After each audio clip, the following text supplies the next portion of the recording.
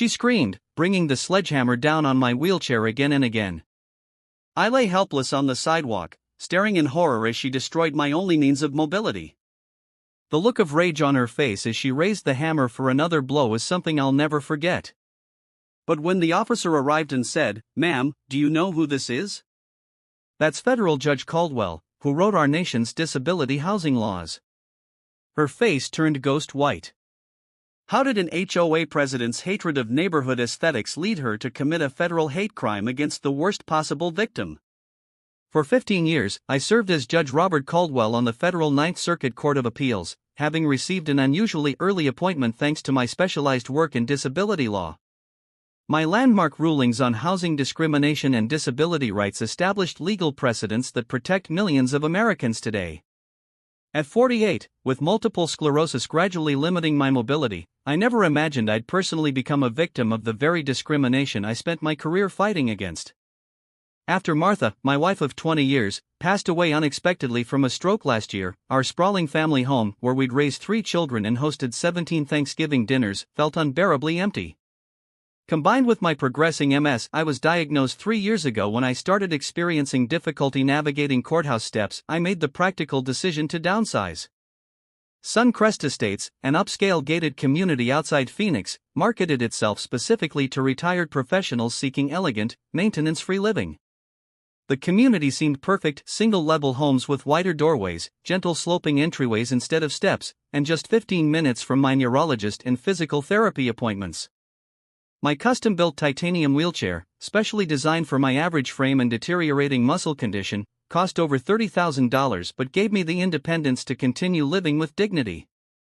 The specialized ergonomic design prevented pressure sores that could be life-threatening for someone with limited mobility, while the advanced control system compensated for my decreasing hand strength. Before purchasing my $685,000 Spanish-style villa in Suncrest, I meticulously reviewed the HOA covenant. Drawing on decades of judicial experience with property disputes, I confirmed that federal housing law would protect my reasonable accommodations. My realtor, Diane High, even arranged a meeting with an HOA representative who assured me that minor modifications for medical needs were routinely approved.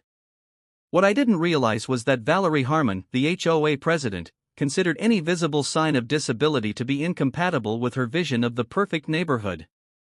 And she was willing to go to extraordinary, eventually criminal, lengths to maintain that vision. The first warning sign appeared before the moving company had even finished unloading my belongings.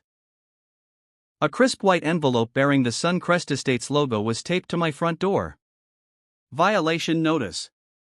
Unauthorized exterior modification. Citing the professional-grade accessibility ramp I'd had installed at my front entrance. The next morning brought a personal visit from Valerie Harmon herself, a meticulously groomed woman in her mid-30s with sleek, dark hair, a tailored navy blue business suit that seemed to be her uniform, an immaculate manicure, and a practiced smile that never reached her eyes. "Judge Caldwell," she said with synthetic warmth, clipboard clutched to her chest like armor. "Welcome to Suncrest. I wanted to personally address this situation with your entryway. At Suncrest, we maintain our property values through aesthetic consistency. Your apparatus, unfortunately, disrupts our community standards." When I explained that the Americans with Disabilities Act and Fair Housing Act protected reasonable accommodations for medical necessities, her expression hardened noticeably. "With all due respect to your former position," she said, emphasizing former with unmistakable dismissiveness, "the ADA doesn't supersede our covenant that you signed. Our residents choose Suncrest precisely because we don't look like a medical facility." That statement, equating accessibility with institutional aesthetics, revealed her perspective on disabled residents.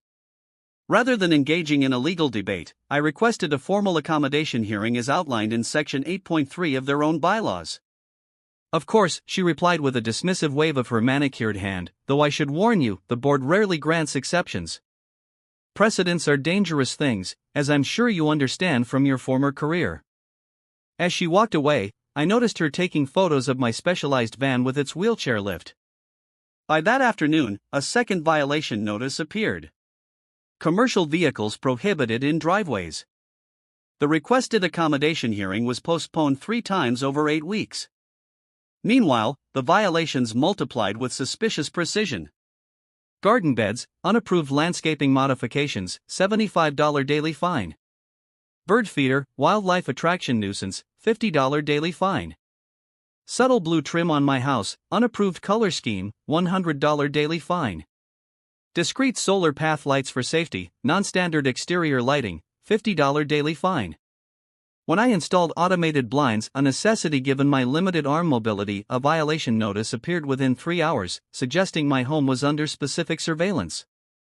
These violations now totaled over $6,400 in fines, with threatening letters about property liens if they remained unpaid.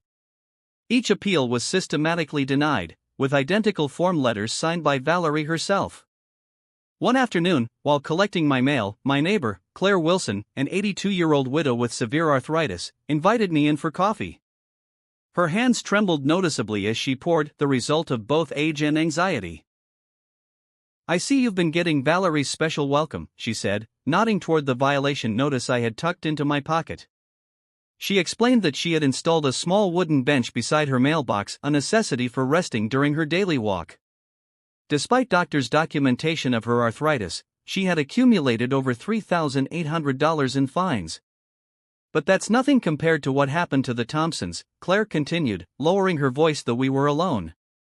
The Thompsons were a lovely family with a 19-year-old son with cerebral palsy. When they installed a pool lift for his physical therapy, Valerie went ballistic. Suddenly, every prospective buyer for their home mysteriously backed out at the last minute. They eventually sold for $85,000 below market value to Valerie's sister-in-law, no less. My judicial training had taught me to look for patterns. And one was emerging clearly. I spent the next week discreetly speaking with other residents with visible disabilities or medical equipment. Michael Santos, a 68-year-old Vietnam veteran with PTSD and hearing loss, faced continuous harassment over his service dog. The Abramovich family, whose 22-year-old daughter visited on weekends in her wheelchair, had been cited for a temporary ramp they used only during her visits. "She told me to my face that emotional problems weren't real disabilities," Michael said bitterly. "My service dog was just a pet with fancy paperwork." A disturbing truth was becoming evident. Suncrest Estates, beneath its manicured lawns and luxury facades, was systematically driving out anyone whose physical needs required visible accommodations. Rather than immediately escalating to federal action, I attempted resolution through professional mediation. I contacted my former law clerk, Sandra Chan, now a prominent civil rights attorney, who arranged a formal meeting with the HOA board and their legal counsel. The meeting was scheduled at the community center, tellingly, in a second-floor room, despite the building having a perfectly functional elevator that was suddenly temporarily out of order on the day of our meeting. Two kind neighbors helped carry me up the stairs, an intentional humiliation tactic that became evident when I saw the barely concealed satisfaction on Valerie's face as I was placed in a standard chair, my wheelchair left downstairs. "We appreciate you coming to us with your concerns before taking more adversarial measures," Valerie began, seated at the head of the conference table, surrounded by 4 other board members who seemed uncomfortable with the situation. Sandra presented a comprehensive legal brief outlining the specific Fair Housing Act violations and reasonable accommodation requirements. "These minor modifications don't impact property values," I explained calmly. "In fact, communities with universal design principles often see increased valuations as they appeal to the growing senior market looking to age in place." The HOA's attorney, a young man named Preston, kept glancing nervously at Valerie. "Perhaps if the ramp were painted to match the house exterior, and the garden beds were reduced in height by 6 inches. Valerie cut him off abruptly. "We have senior legal counsel on retainer who disagrees entirely with your interpretation," she declared, though no such expert was present. Suncrest has successfully defended its standards for 15 years. When Sandra mentioned my judicial background in disability law as relevant expertise, Valerie's response was chilling. "Former occupations are irrelevant here, Mr. Caldwell. Everyone follows the same rules, or they should find more accommodating communities." Her deliberate use of Mr. rather than Judge, and the emphasis on accommodating, made her discriminatory intent unmistakable. As we left, I heard her mutter to another board member, "If we make one exception, before you know it, we'll look like a nursing home."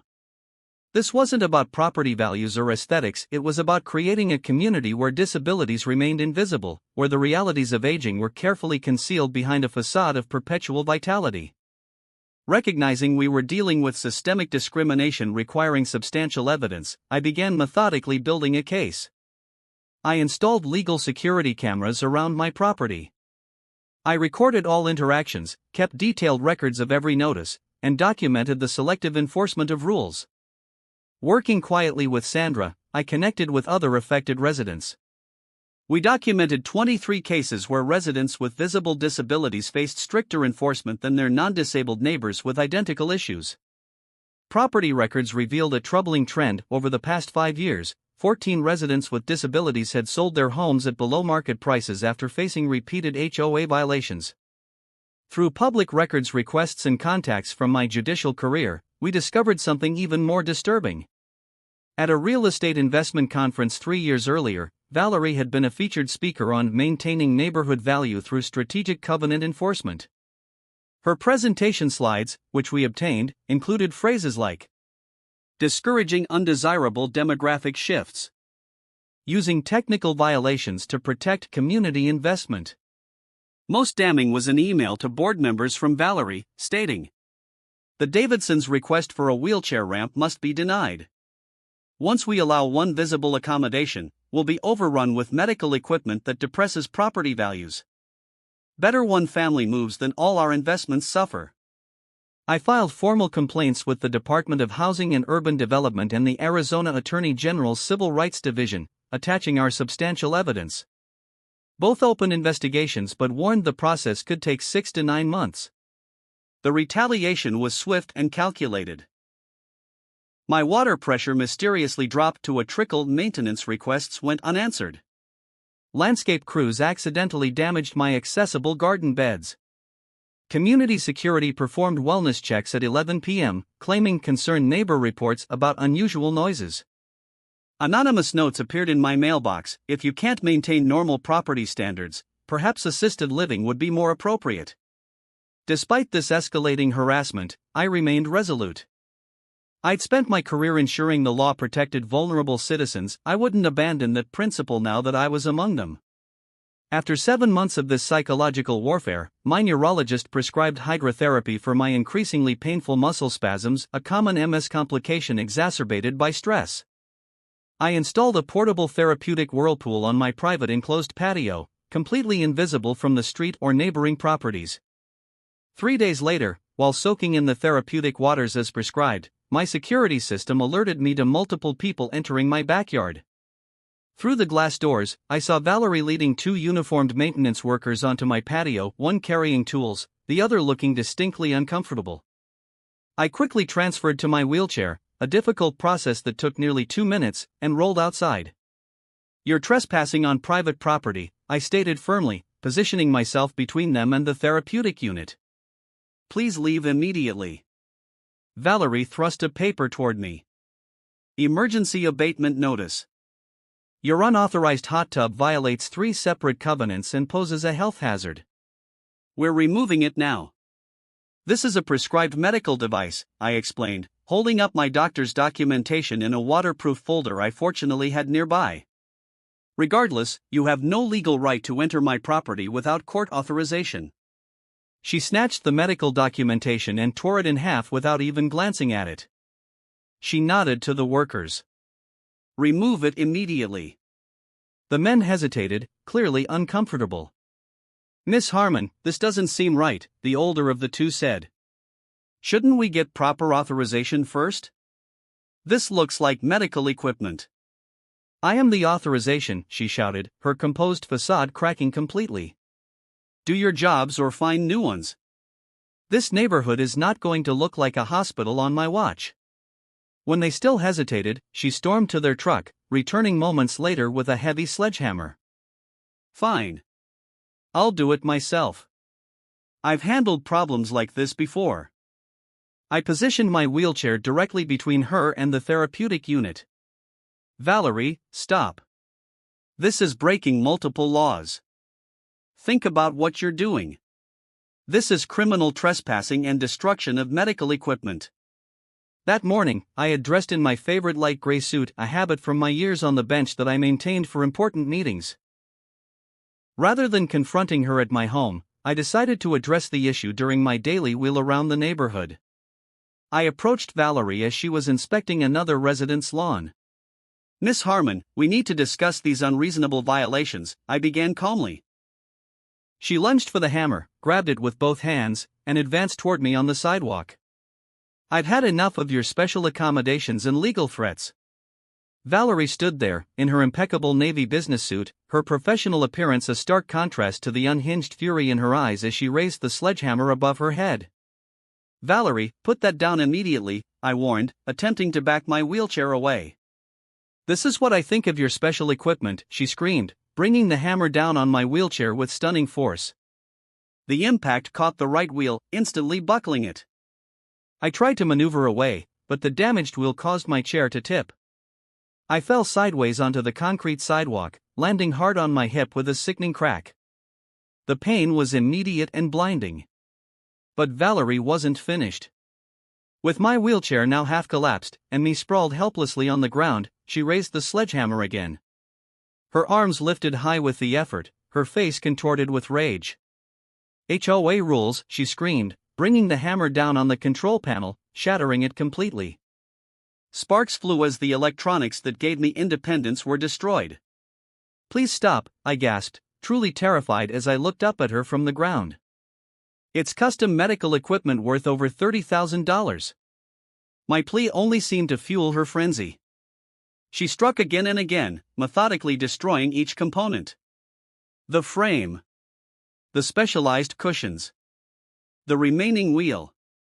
With each blow, she screamed phrases that would later become damning evidence. "No eyesores in my neighborhood. These people and their special equipment.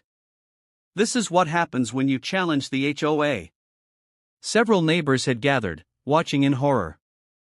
One was recording the incident on his phone, capturing Valerie's unhinged destruction and my terrified expression as I lay helpless watching my only means of mobility being demolished before my eyes. Throughout this brutal attack, my phone, which had fallen from my pocket during the fall, was recording everything from its position on the sidewalk. This unplanned evidence captured not just the physical destruction but Valerie's stream of discriminatory comments. "This is what happens when we let these people in. Disabilities belong in nursing homes, not in Suncrest." The maintenance workers stood frozen in horror. The older one still on the phone with emergency services, describing the scene in disbelieving tones, while his younger colleague recorded video on his own phone. An act of moral courage that would cost him his job but provide crucial corroborating evidence. Police and paramedics arrived within minutes, responding to multiple 911 calls from horrified onlookers. As the EMTs stabilized my hip and prepared me for transport, Officer Rivera took my statement while his partner separated Valerie from what remained of my wheelchair. "She just kept swinging that sledgehammer," one neighbor told the officers, showing them the video they'd recorded. "Even after he fell, she seemed almost happy about it." Officer Rivera, reviewing my identification, suddenly looked up with wide eyes. "Wait. Are you Judge Robert Caldwell from the Ninth Circuit Court of Appeals?" When I confirmed my identity through waves of pain, he immediately walked over to his partner, who was questioning Valerie. After a brief whispered exchange, the other officer's expression changed dramatically. He immediately pulled out handcuffs and began reading Valerie her rights. "This is absurd," she protested, attempting to regain her composure. "I was enforcing legitimate community standards, as is my right as HOA president. Who exactly does he think he is to ignore our rules?" The other officer spoke loudly enough for everyone to hear. "That man is former federal Judge Robert Caldwell, who literally wrote the controlling legal precedent on housing discrimination against disabled Americans in Westbrook versus Fairfield communities. The case law he established is taught in every police academy in this state." Valerie's face drained of color as the implications hit her. "I had no idea." "So you're admitting you would have treated him differently if you'd known he was a federal judge?" the officer interrupted. "That just makes the discriminatory intent even clearer. This isn't about who he is, it's about what you did. And what you did appears to constitute a federal hate crime." As the maintenance workers provided their statements, they revealed this wasn't an isolated incident. She told us last month that problem residents sometimes need to be encouraged to leave, the older worker admitted. We didn't understand what she meant until today. As I was loaded into the ambulance, my last view before the doors closed was of Valerie being placed in the police cruiser. The realization of her actions finally registering on her face. She had targeted the wrong person. Not because I deserved special treatment, but because I had the knowledge, resources, and determination to expose the systematic discrimination she had weaponized against vulnerable residents. From my hospital bed, while doctors prepared me for hip replacement surgery, I made 3 crucial calls. First, to Sandra Chan, who immediately filed for an emergency injunction against the HOA and began preparing multiple federal civil rights claims. Second, to James Martinez, U.S. Attorney for Arizona and my former law clerk from 1998, who personally initiated a federal hate crime investigation based on disability status. One of the first such cases involving housing discrimination. Third, to Elizabeth Warren, an investigative journalist who had covered several of my disability rights rulings. Within hours, the story was breaking across national news outlets. HOA President destroys federal judge's wheelchair in violent hate crime. The security footage and audio recording of the incident, showing Valerie's clear discriminatory statements while destroying medically necessary equipment, went viral overnight. The image of her standing over my destroyed wheelchair, sledgehammer raised triumphantly, became emblematic of HOA overreach nationwide. Senior living communities across America were suddenly examining their own accommodation policies. Disability rights organizations reported a 300% increase in housing discrimination complaints. The incident had struck a nerve with millions of Americans navigating the challenges of aging in their own homes while facing institutional barriers. As I recovered from surgery, my hospital room became an unexpected hub of activity. Flowers and cards arrived from former colleagues on the federal bench. Law professors cited the Caldwell incident in classes on fair housing law.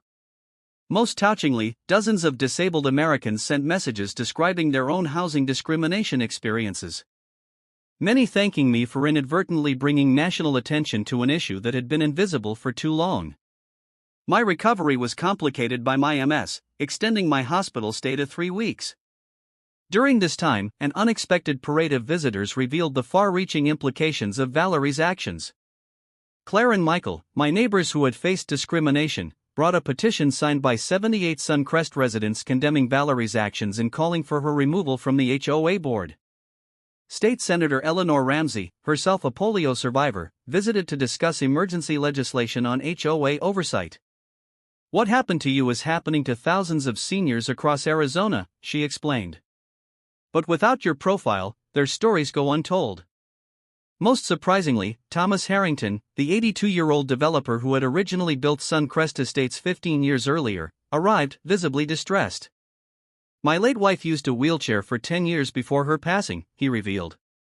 "I built this community with extra-wide doorways and accessible features intentionally. What it has become under this HOA is a betrayal of everything I intended." Harrington provided damning evidence. Original community plans highlighting accessibility features that had been systematically removed. And communications showing how Valerie had deliberately worked to make the community less accessible to maintain a certain profile. As the court-appointed receiver began examining the HOA's financial records and enforcement patterns, they uncovered something even more sinister than discrimination. Valerie had been directing violation notices predominantly toward elderly and disabled residents, driving them out through harassment. Then purchasing their devalued properties through a shell company called Pristine Neighborhood Investments. Once the undesirable modifications were removed, she would resell the properties at full market value, pocketing profits averaging $85,000 per home. Over 5 years, this scheme had generated nearly $2 million in fraudulent profits while systematically removing disabled residents from the community. Banking records revealed similar patterns in 2 other retirement communities where Valerie had previously served on HOA boards. What had begun as a disability discrimination case had uncovered elder financial abuse, real estate fraud, and civil racketeering violations. 4 months after the incident, still using a temporary wheelchair as I continued physical therapy for my healing hip, I attended a special community meeting at Suncrest Estates. Held in the properly accessible community room with a functioning elevator. The interim HOA board, led by Michael Santos, began with a formal apology to all residents who had experienced discrimination. Followed by the introduction of new community guidelines, developed with input from disability rights organizations and elder advocacy groups. Thomas Harrington announced a $1.2 million community renovation project to restore and enhance the accessibility features of his original design. Personally funding improvements that would make Suncrest a model of inclusive living for active seniors. This community was designed for people to age in place with dignity, he explained to enthusiastic applause. That vision got corrupted by greed and prejudice. Today, we reclaim it. Most importantly, residents who had been forced out by discriminatory practices were contacted and offered the opportunity to return, with compensation for their losses. The Thompson family, whose son's cerebral palsy had made them targets of Valerie's campaign, were the first to return, receiving their home back at the price they had been forced to sell it for, plus damages. The Caldwell incident, as it became known in legal circles, sparked statewide change. Arizona passed the Housing Equality and Accessibility Rights Act, creating strict oversight of HOA practices and establishing the strongest protections for disabled homeowners in the nation. Similar legislation was introduced in 26 other states within a year. 14 months after that terrible day, I sat in a familiar setting of a federal courtroom, but in an unfamiliar role as the primary witness rather than the judge. My new custom wheelchair, with enhanced features for my progressing condition, positioned me directly across from Valerie Harmon. Her carefully maintained appearance had deteriorated after months in pretrial detention. The trial was comprehensive but efficient. The evidence was overwhelming. Security footage, audio recordings, financial records, testimony from dozens of victims. It created an airtight case that even the most expensive defense attorney couldn't overcome. When finally asked directly why she had targeted disabled residents, Valerie revealed the prejudice that had driven her actions. They lower property values just by being visible in the community, she admitted. People don't want to see wheelchairs and ramps and medical equipment when they're buying their dream home.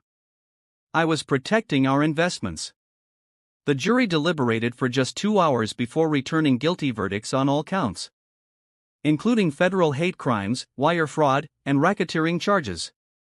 The judge, ironically a former clerk of mine from 20 years earlier, sentenced her to 9 years in federal prison, along with $4.2 million in restitution payments to the victims of her discrimination and fraud.